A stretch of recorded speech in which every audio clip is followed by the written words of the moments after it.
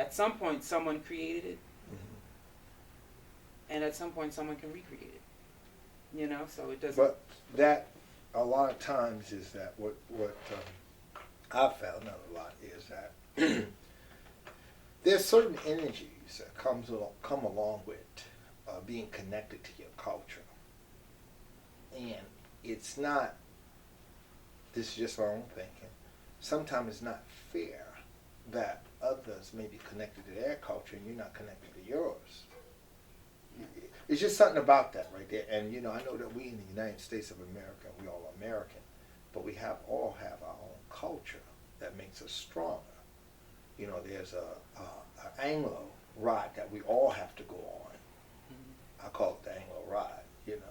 That we all have to go on, but not many of us stay on it too long.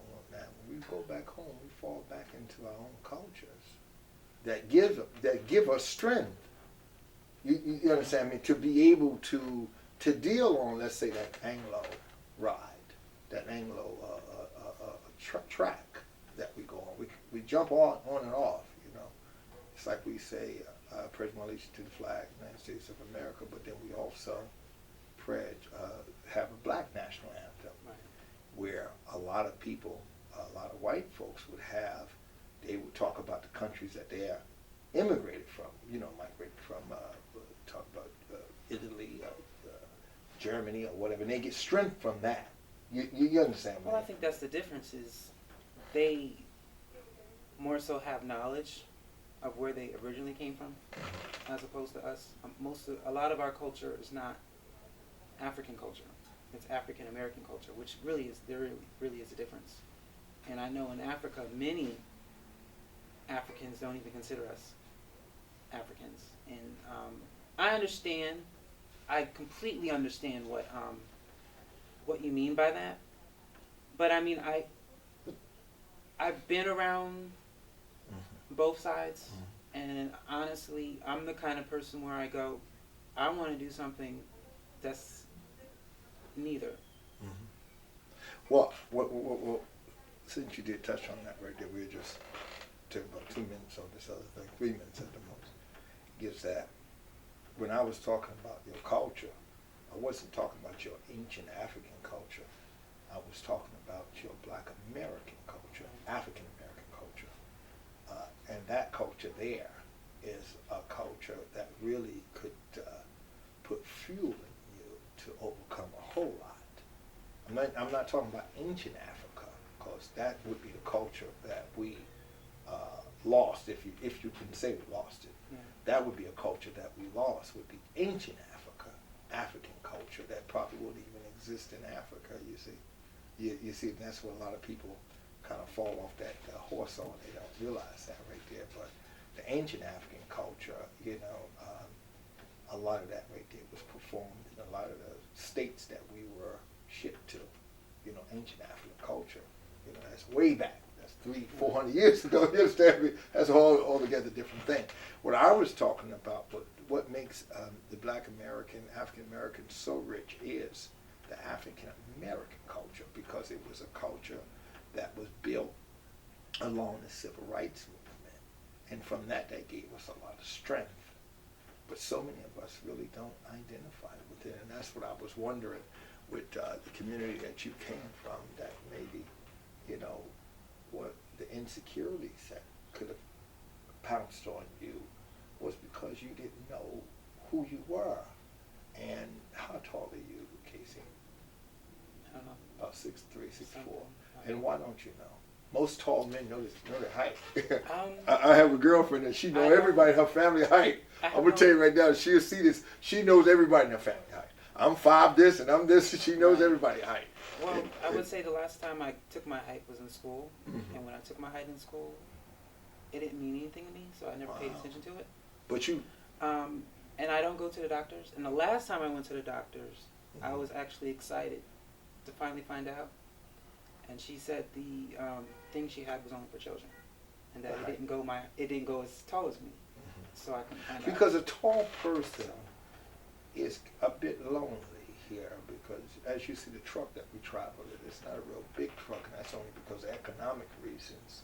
that I got that small truck, but I think I'm gonna eventually go back for the big truck because I need some comfort in all these interviews that I'm doing. You know, I got everything piled up and everything. You know, but the tall culture, the tall person is quite alone here.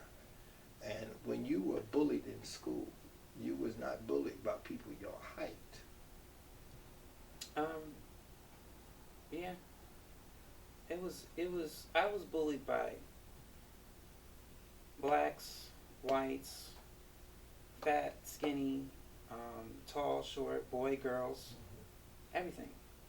It didn't, and that was the one thing I didn't understand was even the fat people making fun of me, and I would say, how could you do that? Did you ever fight back when people made fun of you? In elementary school, I did, but for whatever reason, I just stopped. I realized what's the point. Okay, let's get back to the child pornography. Right. That the police knocked on your door. Okay. Let's talk about you being police knocked on your door and basically knocked on your door for what? Uploading child pornography. Well, they came to arrest me for the child porn, but that's not what they. Originally, they came. It was 5, 6 o'clock in the morning. Wow, is that early? Yeah.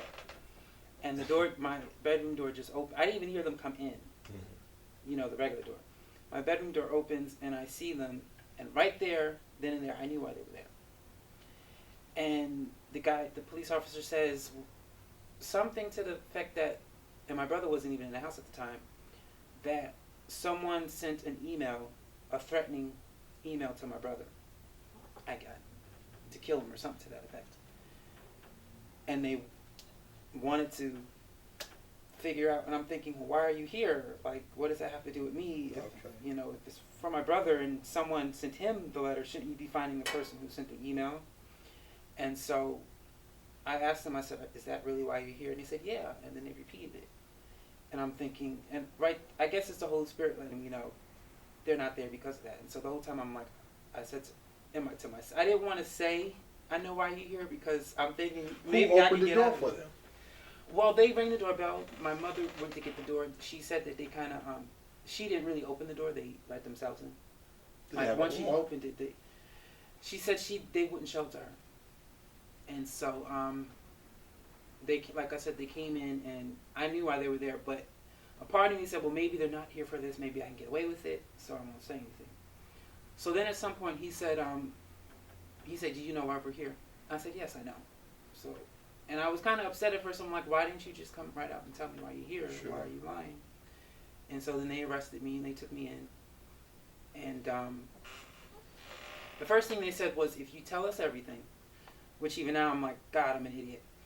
But they said, if you tell us everything, we'll let you go home, and we'll tell the judge you cooperated. And so they switched from this threatening thing about your brother, right, to letting you know that you was being arrested, right, and that you were being arrested for what? Did they say what you were being arrested for? Yes, uploading and downloading child porn.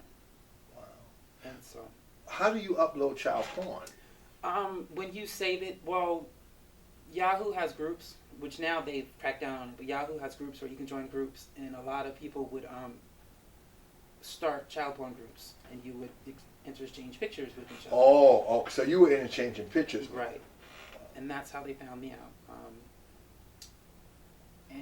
They basically told me, you tell me everything, we'll let you go home, and we'll tell the judge you cooperated, and we'll help you get, you know, the least amount of time you can get. Sure. So at first I told him I didn't want to. And even then I'm like, I don't think I specifically asked for a lawyer, which I should have, but I don't know. I really don't know what my mind was in, that I was not thinking correctly. Mm-hmm. But it was about 3, 4, or 5 times that I said I didn't want to talk.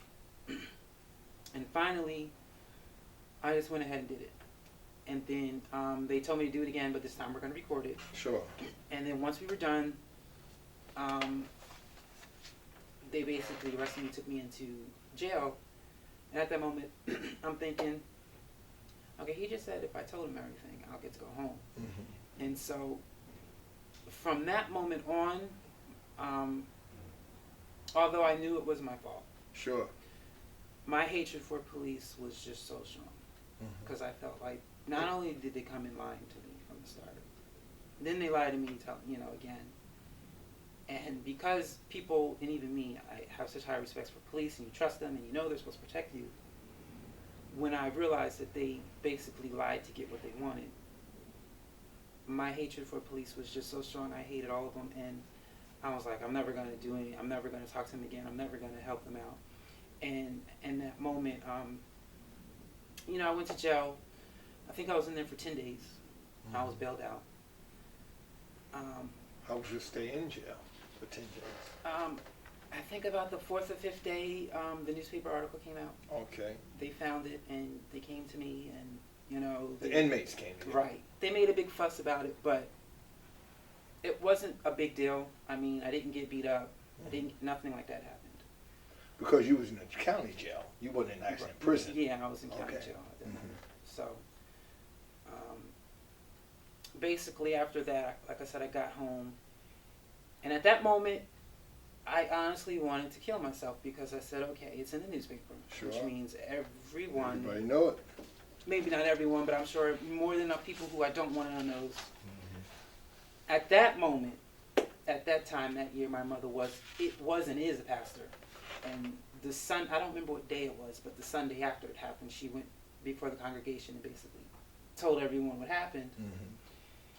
And so I'm like, okay, so technically all my high school friends know. There's a chance, because actually at that moment I was transferring to Cowhn University. So I'm like, there's a chance everyone from Middlesex County College knows there's a chance I can't go back to Cowhn University. And my whole church knows. And I'm like thinking, everyone hates me, no one likes me anymore, why should I even live? And I'm never going to be able to get a job because I'm going to have to put that on the, Sure. But I will say, I was completely shocked because the first day of court, when I came in, was filled with church members for support. And, I was ashamed, guilty. I thanked them all. But in the same breath, I was shocked of how much love I had, even though at that moment I still wasn't able to love myself in that moment. But I realized how much love and respect that they had that for people you. had for me. Sure. Really did have for me. And it was amazing, but I was still afraid to go back to church. In all honesty. But did you keep going? No, well, at first I didn't. And because at that moment I had transferred to Cowhn and I'd stayed on campus. Okay. So I stayed away from church. When I only stayed a semester, staying on campus. Sure. I then decided not to stay the next semester. And my first time back to church, it really wasn't bad at all. Okay, they forgive you. And yeah, they had. And even in that moment, it was still hard for me because I'm like, why? I wanted them to be upset with me. And I don't even know why, but I wanted someone to really be upset with me. And even when I regained connection with high school friends, they weren't upset with me. And I'm thinking, if I'm upset with what I've done and I hate what I've done, how come no one else is? And still in that moment, I didn't love myself, so I really didn't want anyone to love me either. And the whole process was tough for me because even though something like that you would think would cause me to change, it didn't. You still went back to... I went back to everything. To everything. Everything. And it actually became worse than before. So you still would upload child pornography? I wasn't uploading it. You would, but you still would look at it? Yes. Wow. How are you mentioned nieces and nephews? Right. How are your family, your brothers and sisters? How are they with you around their kids? Do they trust you around their kids? They do.